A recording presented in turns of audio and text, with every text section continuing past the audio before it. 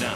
First tonight at 11, protests pushing on at Emory University as demonstrations against the war in Gaza enter night 6. Just hours ago, Emory police broke up a group of protesters who set up tents blocking the front of the undergraduate admissions building.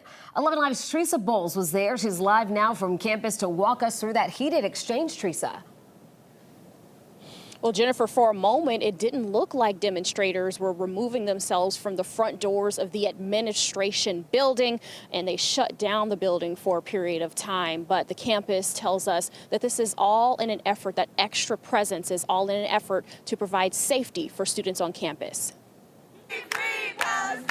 For nearly a week, students and other groups continue to protest in support of Palestine on Emory University's campus. It's just a big divide in Emory that I haven't necessarily seen before. Some earlier expressions have intensified, ending in arrests, tear gas, and vandalism. In turn, a spokesperson for the university tells 11 Alive they've ramped up security for student safety, more lights, more cameras, and more patrols. Amir is a senior and says despite the unrest, he feels safe. No one has ever told me that they're unsafe. A Jewish student I talked with who prefers I not share his name says he doesn't fear his safety either, but understands. It just makes everyone on both sides, I think, feel safer. I feel safe.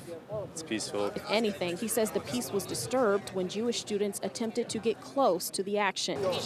Faculty observers using crowd control to keep this group away from the encampment demonstrators set up in front of the admission building. They're allowed to block off buildings, block off Starbucks. We all pay tuition. It seems almost illegal to me to do this. It's a border for me, but they can go back and forth. Soon after, the extra patrol showed up, so the group locked arms, temporarily refusing to move. Eventually, the crowd marched their message to the quad. And I think it's unfortunate that they're not being able to protest in the way that they want to, but I think it just goes to show the resiliency of these students. Emory graduate student body president Niti Patel says the increased surveillance is a sign that the campus still doesn't understand why students are demonstrating. I actually think it's dangerous how Emory's increase of surveillance resembles Israeli apartheid, and I think it just goes to show that Emory's not really listening to their students.